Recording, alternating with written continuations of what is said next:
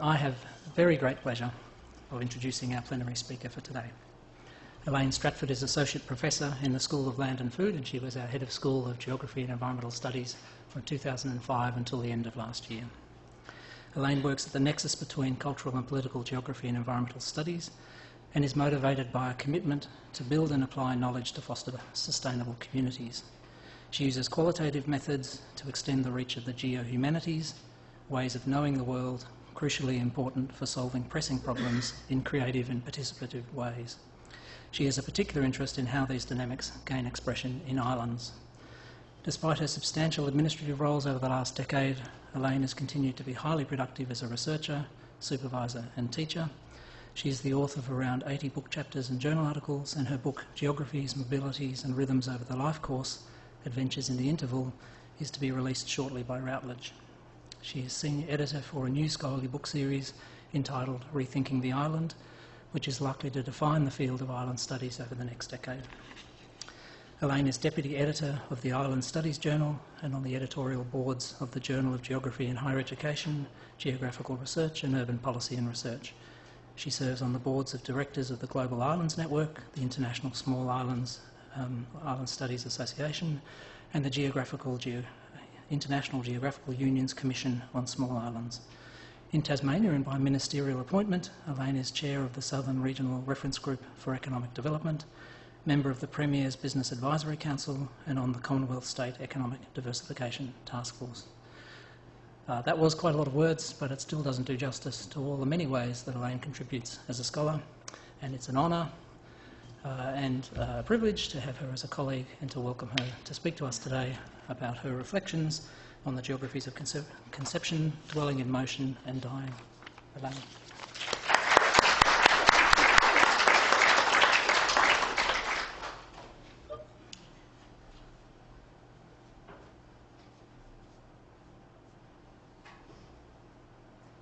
Thank you so much. Can you hear me at the back? It's a very gracious introduction, Aidan, and I really appreciate it. So I'm going to speak for about 45 minutes. I hope you'll indulge me.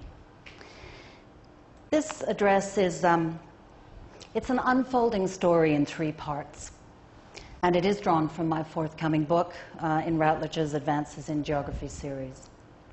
The work I'm going to share with you today demonstrates geography's disciplinary strength, but it also kind of demonstrates its aesthetic as well.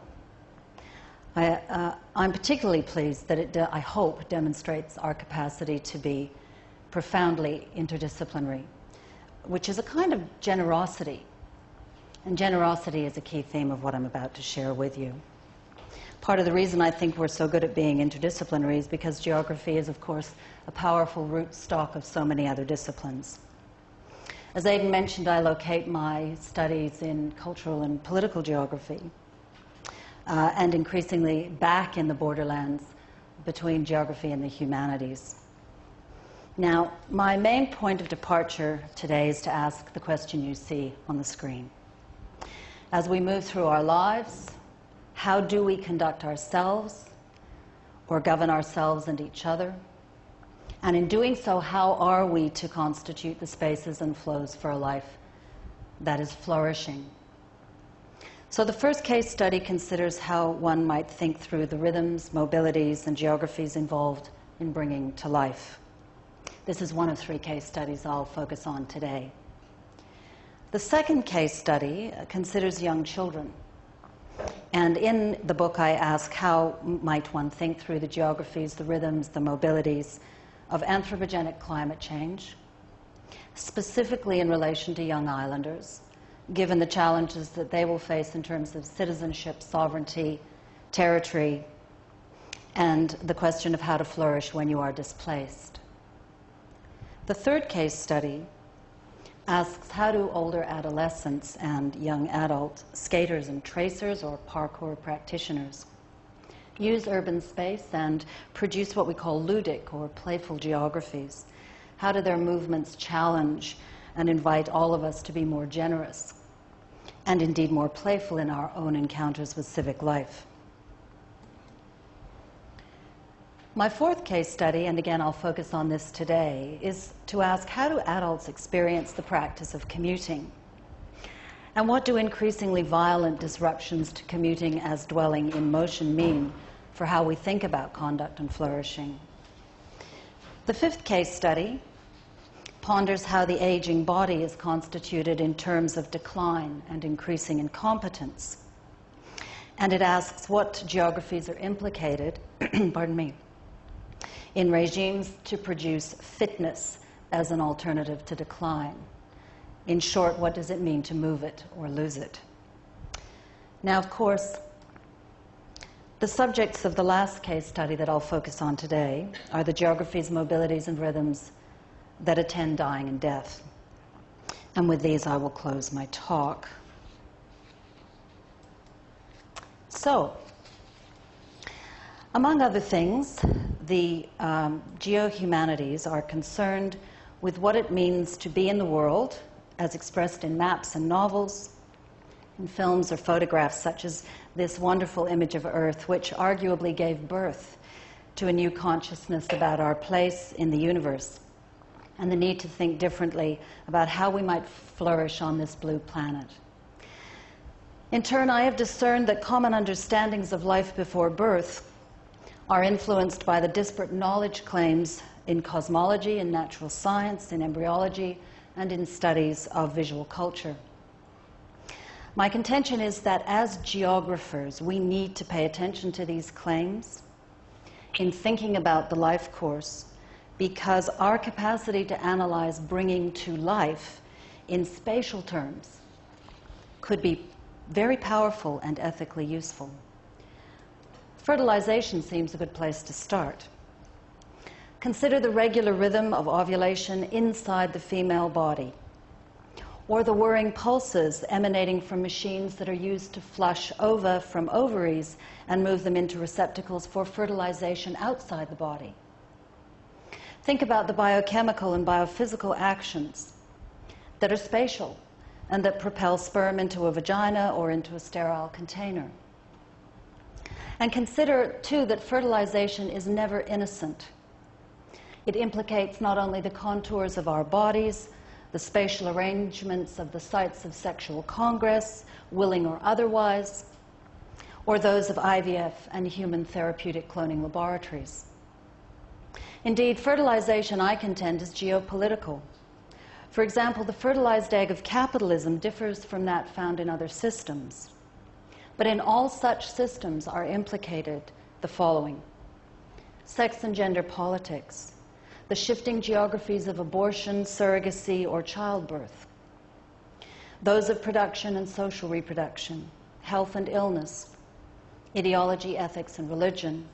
And I think we need to be cognizant of these dynamics in geographical terms and in relation to the life course, and I know that the geohumanities can illuminate them. So between 1917 and 1940, George Linnaeus Streeter led the study of human embryology at the Carnegie Institution in Washington. And among other things, he created a schedule of human development before birth. In 1983, and by reference to Streeter's stages, embryologist Marjorie England produced what she called an atlas of development and described the transition from pre-embryo to embryo and fetus in richly spatial terms. For example, she refers to surfaces, exteriority, interiority, to the hemispheres and regional differentiations of the fetus, to striations and segments and borders, canals and midlines. England shows how life before birth is measured first by use of a system of orderly measures marked at fixed intervals in millimeters, and then measured by length of time in gestational weeks. And the idea of these stages as horizons, for that is what they're called, is noteworthy. Because, of course, horizons are scalar concepts. They're geographical. They intimate bounding circles, divisions, or separations. Now, a second and vastly different geographical setting for considering the geographies of bringing to life concerns stem cell research and the geographies of laboratories and other clinical settings. it also raises the specter of how we will deal with questions of human enhancement and extension. It raises really serious questions about what we do about totipotent cells that give rise to all tissue types, or pluripotent stem cells that cannot give rise to an entire organism, but allow us to extend life at the other end, and I'll come back to that in a little while. Not surprisingly, this world of bringing to life has been subjected to a lot of visualization, which is a key interest for me as a person working in the geohumanities. Consider this 1965 edition of Life magazine, featuring a cover photograph of an 18-week-old fetus, allegedly in utero, taken by the Swedish photojournalist Lennart Nilsson, which, along with his many other images, really served to politicize how bringing to life is understood. And indeed, describing Nilsson's life images in the mid-1990s, the philosopher Donna Haraway said this: "These were actually extrauterine abortuses, beautifully lit and photographed in color. The visual embodiment of life at its origin. Not seen as abortuses, these gorgeous fetuses signified life itself." And you can understand the irony here. More recently, in 2006, Sarah Franklin suggested that we now live in an embryo-strewn world, increasingly typified by civic and legal entanglements. In Australia alone, and I'm not passing any judgment here, but in Australia alone, there are over 250,000 frozen embryos in kind of a limbo land where they're not allocated to any particular purpose. Now, likewise, Lynn Morgan writes of the significance of marketing campaigns that use images of embryos and fetuses, or indeed you can actually go and buy fetus cookies online. And she focuses on this one website, MissPoppy.com, which combines merchandising with messages such as this. This is from Miss Poppy's website. "Protect our troops from the womb to the war. What if the fetus you were going to abort would grow up to be a soldier bringing democracy to a godless dictatorship?" Now, Miss Poppy's depiction of the fetus as a signifier of life in what amounts to actually a deathly defense of a specific geopolitical system reveals, ironically, how the nation is feminized. In other words, nations are conquerable phenomena. The inherent logic here being to sanctionize mobilized, militarized forms of democracy at the end of a gun. And I shall have more to say about the trap of preemption later. At this point, I want to turn to consider another of Lennart Nilsson's productions, a 60-minute documentary film called The Miracle of Life, which was published or produced in 1983. The opening shot is Earth's curved horizon, foregrounded by gray-green rocky islets and in an ancient ocean. This is the blue planet of 4 billion years ago, an infant on whose surface swirl masses of cosmic dust and particles, some of which are to be engulfed in shallow primordial seas where the miracle of life begins.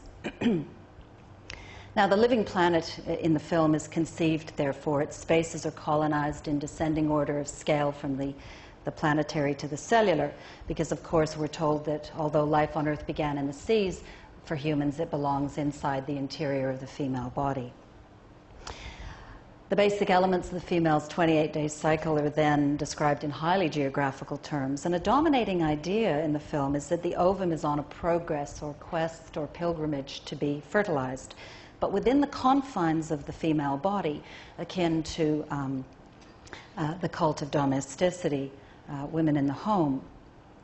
Then attention turns to the male reproductive system, and again the narrative is profoundly spatial and oriented to the idea that these little entities have a quite adventurous life course of their own once they're let out of storage and are escorted to the epididymis by what are called nurse cells.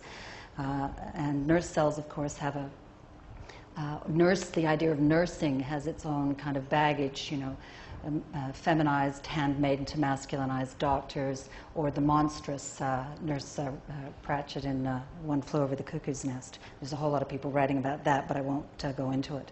Because at this point, of course, anyone who has viewed Woody Allen's 1973 film, Everything You Wanted to Know About Sex But Were Afraid to Ask, is likely to recall the last scene, wherein the interior of the male brain is likened to a mission control center. The sperm to military troops, remember Miss Poppy, and Alan, dressed all in white, is being coached by another sperm in order to overcome his growing performance anxiety. So in their own, beautiful Woody Allen, in their own progress or pilgrimage to find the ovum, some sperm get lost and some attempt to fertilize normal body cells. They're kind of, you watch them on the film, butting their head up against a brick wall. And of those remaining, estimated at less than half of the original 250 million, only half have enough luck to swim up the fallopian tube that may hold the ovum. And then at a point in the miracle of life when you think all the sperm will be vanquished, the ovum appears. Here she is, in darkened shades of teal, reminiscent of the blue planet that opened the documentary. The narrator describes how the last 50 or so of the sperm of an estimated 250 million surround the egg, release digestive enzymes to break through its protective layers. And the first to do so is drawn within and instantaneously will chemically shut out all the others. The border, so to speak, is closed, and the rest of the film details embryonic and fetal development in the kind of streeter stages, culminating in the hospital delivery of a normal and healthy girl. And this is the point where, in the normal course of events, geographers interested in the life course would then go on, okay, that's good, birth, let's look at childhood, and then adolescence, adulthood, elderhood, senescence, and death. That's great. But that would leave one question begging. How do we account for reproductive acts involving the embryo being used for other therapeutic or experimental ends? These other geographies, mobilities, and rhythms are given masterful examination in a book called The Politics of Life Itself by the philosopher Nicholas Rose. And he returns us to the question of conduct and flourishing. Rose seeks to produce what he calls, in his own terms, a cartography of the present, a conceptual map that asks questions such as this one. Who should decide embryo selection or the designation of life or its termination? Rose also argues that we are actually now bearing witness to a new molecular vital politics. In this political world, life is decomposed, anatomized, it's manipulated, amplified, and reproduced. And in my estimation, these politics constitute new relational geographies, new ways of being in the world, and they warrant more of our attention. So I'm going to leave you to ponder that one, and I'm going to turn to my next case study, which is about dwelling in motion. Since 2010, I've been experimenting with French philosopher Henri Lefebvre's ideas of what's called rhythm analysis, which is a method to understand the interrelationships between space and time in how we conceive of everyday life. And this method is riven through my work in the book. One way in which I've used rhythm analysis is this. Every August, I'm lucky enough to go to London to the Royal Geographical Society Institute of British Geographers Conference. And every year I do that, I do a photo shoot on the Circle Line.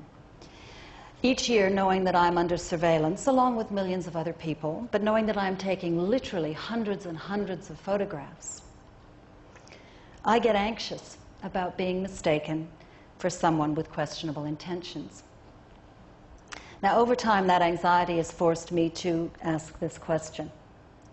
What does the terror of violent disruptions to commuting as a kind of dwelling in motion mean for how we think about conduct and flourishing? So let's start with commuting. In common parlance, of course, commuting is the grind of billions of us daily, a significant proportion of us engaged in labor force activities. And funnily enough, most people don't seem to like commuting very much, perhaps because it is tied to the logics of capitalism and the inequities of labor relations, not least among them the rush hour.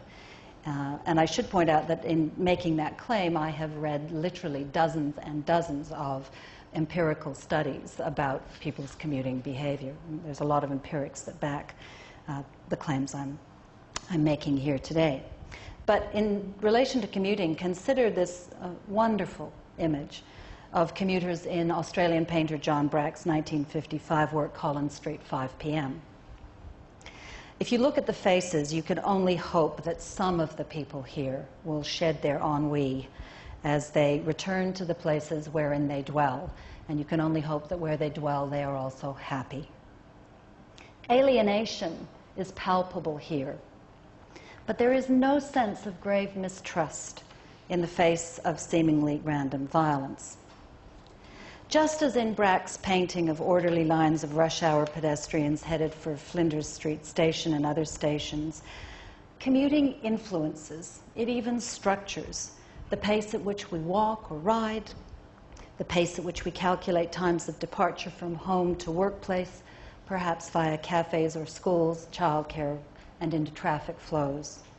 So commuting thus informs both transient and lasting networks, habits, practices, engagements. And Tim Edensor and Tom Odell both describe how commuters actively make places to dwell. For example, by colonizing the space of a train using spatial, auditory, emotive, and other tactics. My seat, my iPod, my newspaper, my space.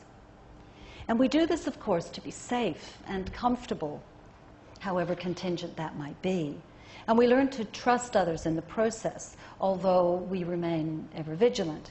And in this way, Odell notes, and I quote, commuting creates a world of micro-calculations, which come to be highly meaningful when woven together. Here, he says, daily life is anchored, and understandings of it and ourselves begin to emerge. We begin to dwell in motion. Now, Ole Jensen takes up the idea of dwelling as integral to mobility by reference to the armature, which he describes as these infrastructure channels and transit spaces. They enable moments of encounter among mobile subjects. And these subjects, us, let me repeat, are engaged in molecular or intimate and fine-grained everyday politics. It's a kind of jostling, generalized trust in the public domain. And in the embrace of these trust-filled armatures, Jensen argues, travel should be pleasurable, producing new aesthetics of mobility and the capacity to dream. But disrupting the daydream, there is always the possibility of certain arrhythmic experiences, in Lefebvre's terms, such as a tire burst or loud passenger announcements, or worse. And such is the reach of terror into the armatures of commuting in the most pronounced ways. James Mitchell understands this fact when he outlines what renders commuting highly susceptible to attack. Most especially are the daily shifts in large numbers of people that concentrate us in both motionless and moving sites, and which no one person or group is targeted, but for particular attention, say, but everyone is suspect. As Jeremy Packer, another geographer, points out, we are all becoming bombs. As a result, and without doubt, the securitization of life has escalated significantly. That much we know. But beyond all the other ugliness and tragedy entangled in such conduct, the power that terror has derives from the fact that it so profoundly disrupts, indeed it decimates, everyone's capacity to dwell in motion. And thus it is an intimate attack on our collective capacity to flourish. And I really mean collective here, terrorists as well as those terrorized. London's transport systems have been subject to multiple attacks since 1867. And yet again on the 7th of July, 2005, millions of people began their daily commuting patterns in and around London, unaware of a coordinated attack that was to unfold during the morning, whose effects do continue to reverberate. The blasts signify really a shift in scale and approach, because the levels of endangerment and lethality were so much more profound in contained environments of train and bus and rush hour conditions. So 4 young men, about my son's age, from Yorkshire and Luton, traveled from the latter town to King's Cross and then separated to detonate 4 organic peroxide devices in backpacks. The 4 explosions left 56 people, including the bombers, dead and over 770 people injured. And of course, the wider, intimate reverberations are beyond calculation. But I want you to consider for a moment, and I'll ask you to read the next slide, the stated motivations for the attacks of July 7, which were conveyed by the lead, Mohammed Sheikh Khan, before his death. And this was aired first on Al Jazeera and then on the BBC.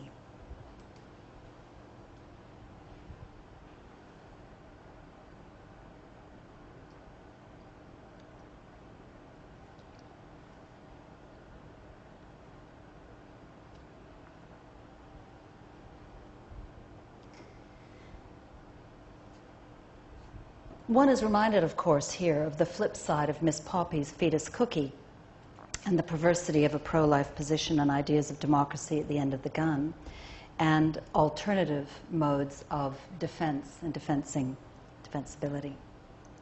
But for me, Khan's oratory underscores 3 elements of the war on terror, which I think is a terrible cul-de-sac for us and one we need to really think hard about how we're going to get out of. These are the concepts prevention, deterrence, and preemption on which the philosopher Brian Massumi writes most eloquently. Massumi points out that those who want to prevent terror do so because it existed prior to their intervention, which means that they weren't able to prevent it in the first place. So we move to deterrence. Now, to deter people from becoming terrorists requires a whole lot of certitude about a whole lot of other things, not least on the basis that prevention has failed and threat remains imminent. But deterrence, says Massumi, resides in the future. And yet to have any palpable effect, it must somehow be able to act on the present. And it cannot, for that requires massive change in will, geopolitical, social, economic, and other changes so profound, he says, that political and business leaders won't countenance it, and in truth, most of us can't get our heads around it. Hence the move to preempt terror. And of this present and overwhelming logic, Massumi writes the following: you have to become, at least in part, what you most hate. Offense is seen as the best defense, and in such way preemption gives license for unlimited conflict. The potential for peace is amended to become a perpetual state of undeclared war. And I'm not countenancing these acts of terrors, by the way. No matter what, though, violence anywhere incorporates forms of disruption that are contrary to flourishing, even when the intention behind the violent act is emancipation. Anyone may be a potential bomb, we're told, and indeed that may be so. Some of us will become witnesses or casualties to acts of terror, and some will become what I contingently call victim terrorists, young men caught up in all of this, martyrs. Some will witness, young men and women. Some will witness the effects of terror directly after the event as paramedics or loved ones or bystanders. Of those, some may observe or experience the effects of suffering over weeks or months or years. And all of us will witness, more generally, the erosion of trust. Or not. And that is the question that goes begging. Either way, in my estimation, this loss of trust immobilizes us. It robs us of the right to dwell and to move, which are features of being human that are elemental in a flourishing life, which is why I think geographers need to continue to add to the debate in ways that we find constructive, particularly in terms of space and place.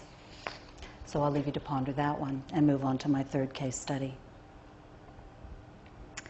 Now, on my iPad is an arts project called, it's an arts project app called 0 to 100. And among other things, in a rapid-fire 9-second slideshow of headshots, 0 to 100 reveals first an infant boy, and then females and males for each age group between 1 and 99, and then the smiling centenarian. The work of Canadian photographer Sandy Nicholson, 0 to 100, both places individuals chronologically according to age, but ironically, because he talked to all of them, and you can just see their words in the background there, it opens up other spaces and times, people talking about how they don't feel the age they are, how they feel older than they should be, and so on and so forth. And it very simply and gently invites reflection on the geographies, the mobilities, and the rhythms of the life course. Here you can see young Robin, his face crumbled in a cry as if he had the weight of the world upon him. On the other hand, when Marguerite was doing her photo shoot with Sandy, who spoke to me about this project at length, she said, "You don't have to worry about anything. You let other people do the worrying." And it appears that she had found a place of peace, perhaps even flourishing. Now, in the Nicomachean Ethics, Aristotle argues that everything we think, all of our actions, all of our practices are intended for some higher purpose, some good. And he contends that this end is in itself the chief good. Accordingly, the capacity to flourish, or what is in the Greek known as eudaimonia, moves well beyond gratuitous pleasure. So we're not just allowed to have fun. Sorry, Aidan. For Aristotle, flourishing is implicit in an honorable, functionally useful, and complete life. Such a life is underpinned by prosperity, yes, but it avoids unjust and grasping conduct on the one hand, and propensity to excess on the other. It's the golden mean, if you like. Moreover, such a life requires the exercise of practical wisdom, or phronesis. And phronesis requires that we are trained and habituated. And as part of our quest to flourish, we want to know that the shape of our last chapter, all of us, I think, want to know that the shape of our last chapter embraces a worthy legacy, since, as the Doors so eloquently reminded us, no one gets out of here alive. So in my work on death and dying, cheery little subject, I've drawn on another art installation known as Cradle to Grave, which I visit every year I go to London. It's on permanent display at the British Museum's Wellcome Trust Gallery. And that gallery is devoted to studies of living and dying. Beside each half-length of woven fabric, and the fabric is filled with 14,000 pills for women and about 14,000 pills for men, which is the estimated number we take in a year, in our lifetime. In a year. Yeah. And beside each of those half-lengths are these stories of men's and women's lives in photographs, documents, and objects, and you'll see those as I progress through my next little bit. So when I first walked down here in September 2011, and I was thinking about the book, I realized that Cradle to Grave could give me an opening as a geohumanist to ask this question: how are we to understand the passage from liveliness to enfeeblement and from dying into death, especially among the oldest old? How are we to reflect on these geographies and these mobilities and rhythms of life at its close? Well, look, you know, it's self-evident. Across the life course, our very being necessitates senescence and death. Organelles misfire, cells metastasize, flows become blocked, organs shut down, breath slows, blood stills, thoughts and actions diminish, then cease. Liveliness moves into apparent stillness. Sometimes that's stealthy or slow, and sometimes it happens with such rapidity we have no time to prepare. Sometimes this transition is embedded in deeply unjust systems, processes, and structures, such as when people die in poverty of starvation. Sometimes, at least among the very old, this transition seems natural, which might give it the appearance of somehow being just. But of course, aging may also involve deep abjection, and without the salve of intimate care from others, it absolutely is not just. Increasingly, it's also not natural. Recall my earlier comments about stem cell therapy, for example, in the human enhancement movement. Nevertheless, once we are finally and absolutely stilled, other spatial relations are invoked. In advanced economies, typically those might involve the movement of bodies from beds to gurneys to funeral homes and onto sites of rest, such as cemeteries, which have their own particular geographies. And then, too, in the memories of those who remain, there is always the instantiation of the dead's absent presence. They're always with us. They're remobilized through commemoration, memorialization, and ideas about the afterlife.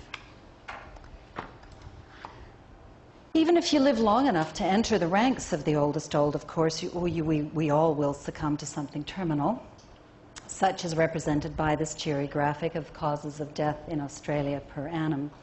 Bluntly, if one lives long enough, one seems to wear out.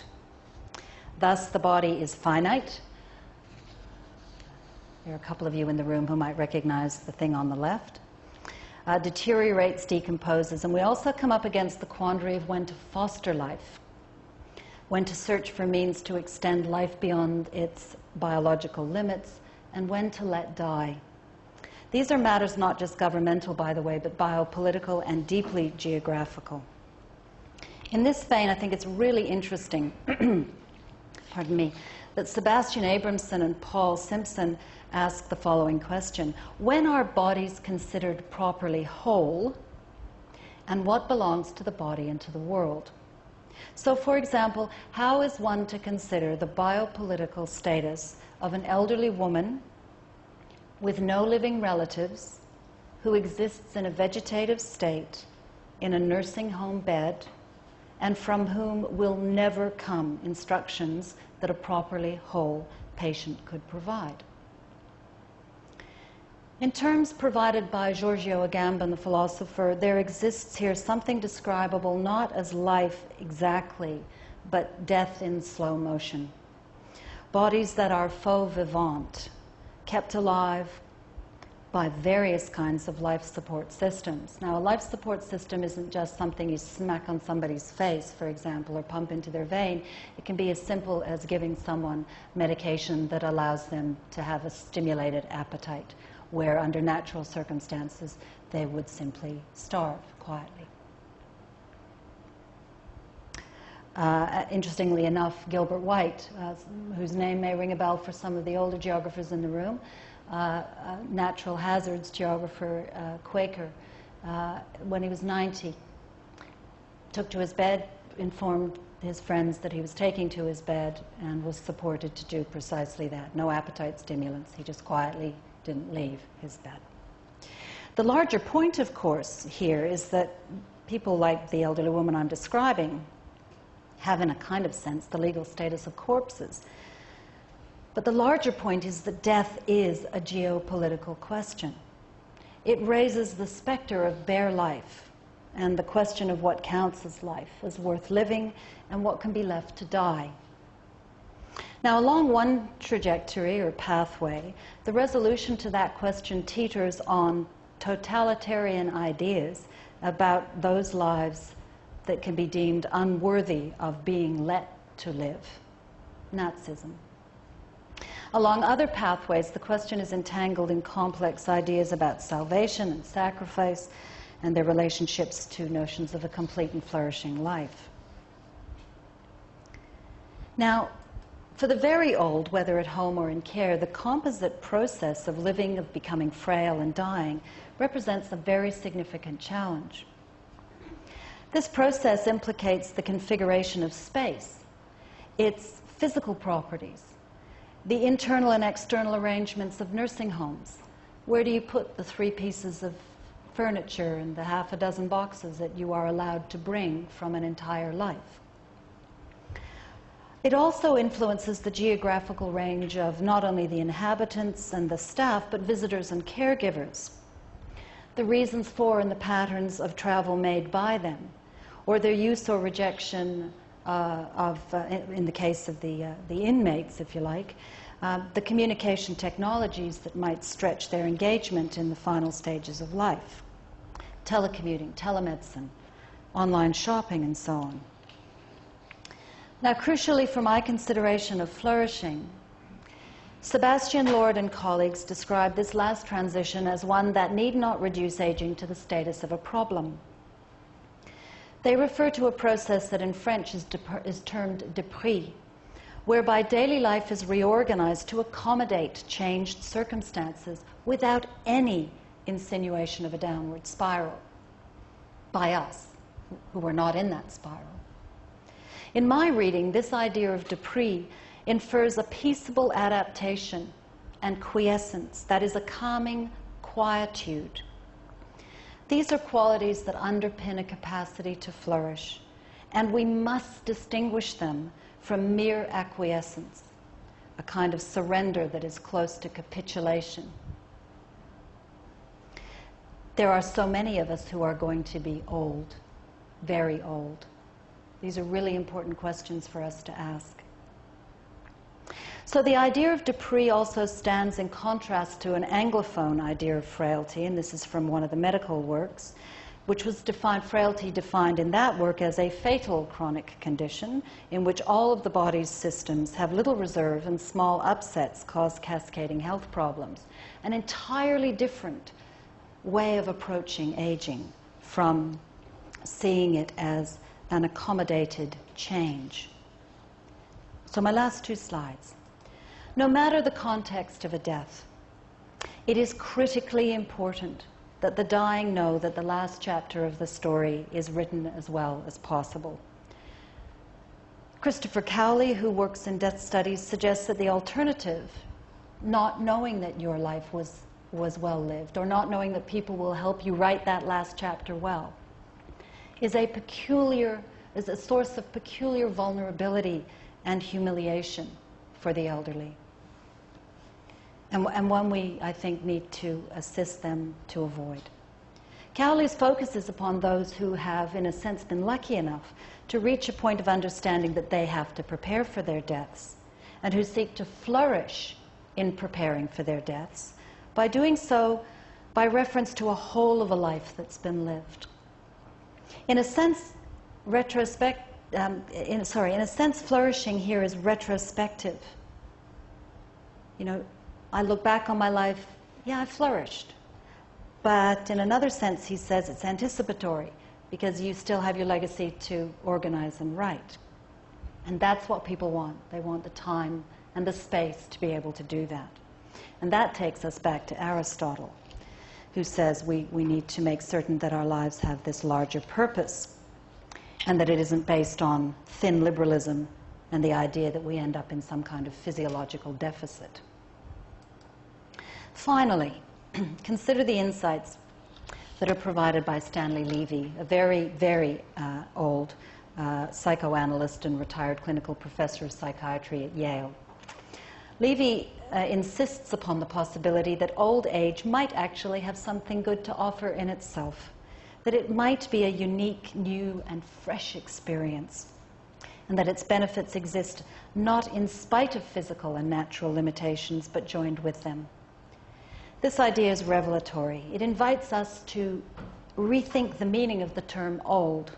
So I went, as I often do, to the very large Oxford English Dictionary, and I looked up the word old, and I looked at its archaic meaning, which I think we need immediately to revive. To be old is to be experienced, nourishing, and strengthened. For Levy, this state of being old must also account for the power of the interconnectedness of a life with others, and for the power of the function of love, which he says protects us from the fear of death because it passes on to others the continuity that we are forced to give up by leaving. In the final analysis, what might all of us, those who die, want and require? Well, dozens and dozens of research projects on this have come up with a meta-analysis, and here's the short list for you to take away with you. What do we want? We want time and space in which to come to peace about the prospect of our demise. Situations in which our wishes are respected. Our dignity, our identity, cultural practices, and humanity observed. Trust in care is well placed and honored. Suffering minimized and treatment agreed. Finances in order. Funerals paid for. Partings and goodbyes made. Families cared for. Conflicts resolved. Companionship assured. And humor retained. And if these are not, actually, if you think about it, profoundly geographical challenges that implicate our well-being, our potential, and our legacy, and if these puzzles are not ones that deeply implicate space and spatial relations, place, how we move, the daily, calendrical, and lifelong rhythms of our lives. Well, what are they?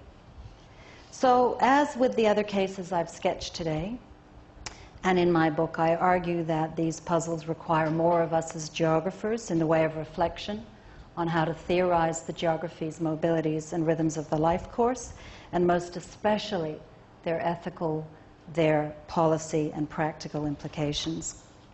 I haven't answered a single question I posed. I have no intention of doing so, and I will leave you to ponder such matters. I thank you for your generous attention this morning.